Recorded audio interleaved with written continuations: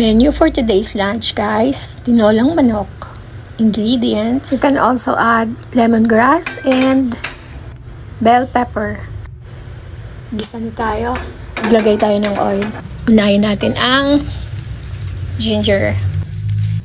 Garlic. Pag naamoy na natin ang garlic, saka natin idagdag ang onion. Kailangan malambot ang onion bago idagdag ang kamatis. Tomato. Kailangan, guys, gisang-gisa para mas malasa. Lumasa ang mga sangkap sa chicken.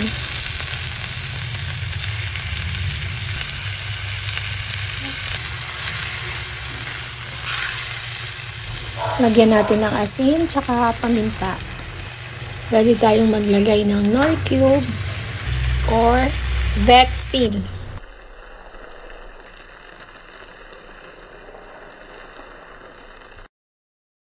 Maglagay na tayo ng tubig para pakuluan natin for 25 minutes. Pwede tayong mag-add ng lemongrass. Kaso wala kami nun eh.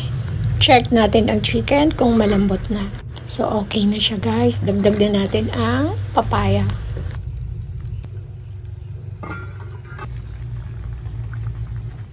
So malambot na ang ating papaya. Dagdag din natin ang dahon ng sili. Tikman natin. So, ready na ng ating sabaw for lunch.